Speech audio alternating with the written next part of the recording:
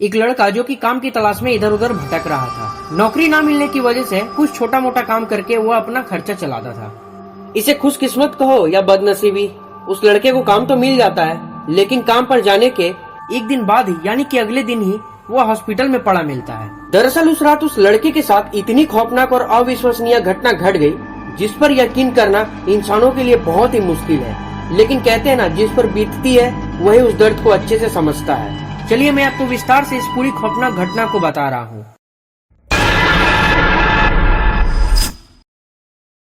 विनय नाम का एक लड़का था, वो इंदौर में रहता था।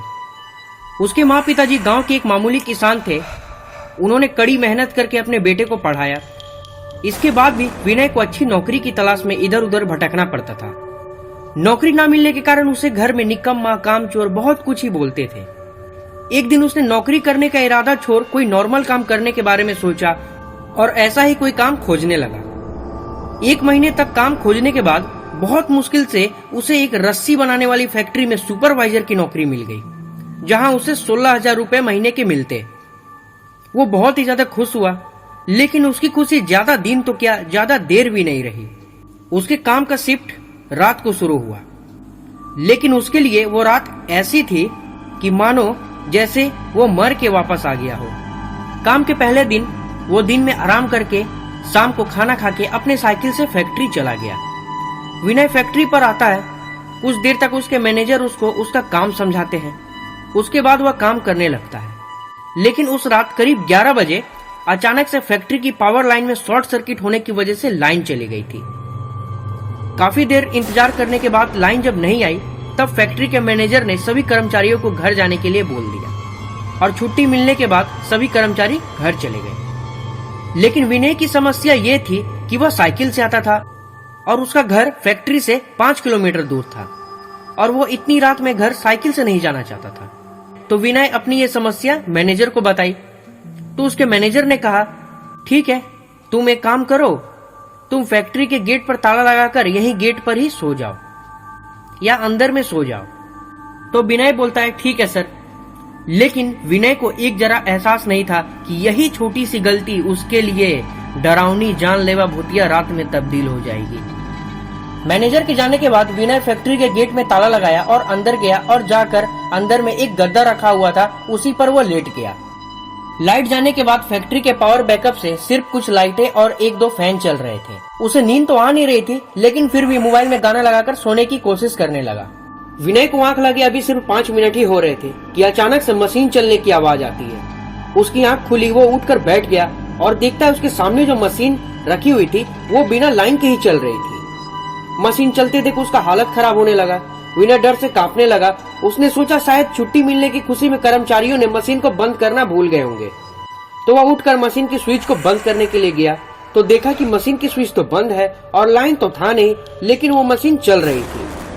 ये देख उसके दिल की धड़कनें बढ़ने लगी। उसने सोचा कि आज मैं नहीं बच पाऊंगा। वो पसीने से तरबतर हो गया और चुपचाप बस खड़ा होकर उस मशीन को देख रहा था। वो डर से कांपते हुए कहता है, कौन है वहाँ पर? लेकिन उसे कोई जवाब नहीं मिला। विनय जल्द से जल्द फैक्ट्री से बाहर भागने के लिए गेट की तरफ भागता है और ताले को खोलने की कोशिश करता है, लेकिन लाइन ना होने के कारण ताले की सही चाबी उसे नहीं मिल रही थी और ताला नहीं खुला तो वह रोने लगा और डर से कांपते हुए दूसरे गेट की तरफ भागता है, लेकिन दूसरे गेट की चाबी उसके पास थी ही नहीं। वह उस गेट पर आकर वहीं बैठकर रोने लगा और सोचने लगा कि आगे क्या होगा। उसके मन में बहुत ही अजीब अजीब बातें आ रही थी। कुछ पल बाद विनय की रूह कांपने लगी। उसे ऐसा महसूस हुआ कि उसके पास जैसे कोई हवा चल रही हो और बगल में शायद कोई बैठा हुआ हो। जब वह अपने बगल में देखा तो वह पाता है कि एक इंसानी साया उसके बगल में बैठा हुआ था। विनय उसे देख हक्का बक्का रह गया और कुछ पल बाद ही वह साया गायब हो गया और उसके कुछ पल बाद ही उसके सामने एक अदृश्य धुंधली सी रूह, जो कि 7 या 8 फीट की होगी, उस रूह ने विनय को फैक्ट्री के तहखाने की ओर खींचना चालू कर दिया। वो रूह विनय को घसीटता हुआ तहखाने की ओर लेकर जा रहा था। उसे अपनी मौत अब साफ नजर आने लगी थी। विनय बस चिल्ला सकता था। वो मदद के लिए चिल्ला रहा था, लेकिन विनय की आवाज उस फैक्ट्री के अंदर ही दबकर रह गई। विनय खुद को बचाने के लिए इधर उधर देख रहा था कि शायद कुछ ऐसा उसे मिल जाए जिससे वो खुद को बचा सके। इतने में उसकी नजर लाइन के मेन बोर्ड स्विच पर पड़ी तो उसके होश उड़ गए। विनय को उस बोर्ड पर एक सिरकटी मुंडी नजर आई। लाइन न होने के कारण उसका चेहरा साफ नहीं दिख रहा था।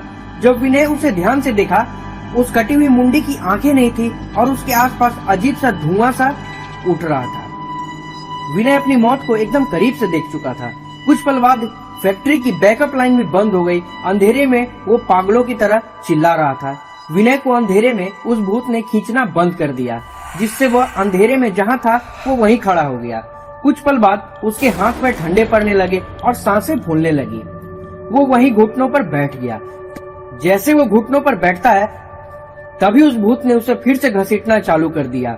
उस भूत से बदबूदार गंध भी आ रही थी। कुछ देर बाद विनय बेहोश हो गया। जब उसे होश आया तो वह देखता है कि उसके आसपास बहुत सारी परछाइयां थी। वो सब एक दूसरे से कुछ बड़बड़ा रहे थे, मानो जैसे कि पिशाचों का झुंड उसे मारने से पहले आपस में बात कर रहे हो। उनकी डरावनी आवाजें और धीरे धीरे तेज होने लगी। जब वह इधर उधर देखा तो उसके ठीक सामने वही बिना शरीर वाली मुंडी उसके तरफ देख रही थी। उसे देखकर विनय की रूह कांपने लगी और फिर से विनय को वही इंसानी साया घसीटना चालू कर दिया। विनय को बहुत ज्यादा चोट लगी थी, इस कारण वो उठ भी नहीं पा रहा था और न ही चल पा रहा था। वो एक जगह ही पड़ा हुआ था। विनय के सर से भी खून निकल रहा था और एक हाथ भी बहुत ज्यादा कट गया था और विनय की मौत होनी उस रात पक्की हो गई थी। डर के मारे विनय फिर बेहोश हो गया और जब उसे होश आया तो उसके चारों तरफ उजाला था और विनय फैक्ट्री की गेट के बाहर जमीन पर पड़ा हुआ था। विनय के शर्ट पैंट में खून लगा हुआ था। वह अपना हाथ और पैर भी नहीं हिला पा रहा था, बस वो अपनी मौत का इंतजार कर रहा था। अगली सुबह जब फैक्ट्री के कर्मचारी आए तो वह देखते हैं कि विनय खून से लथपथ फैक्ट्री के बाहर जमीन पर बेहोश पड़ा हुआ था। वो सारे कर्मचारी जल्दी से दौड़े दौड़े आए और विनय को जल्दी से हॉस्पिटल में भर्ती कराया और उसका इलाज करवाया गया।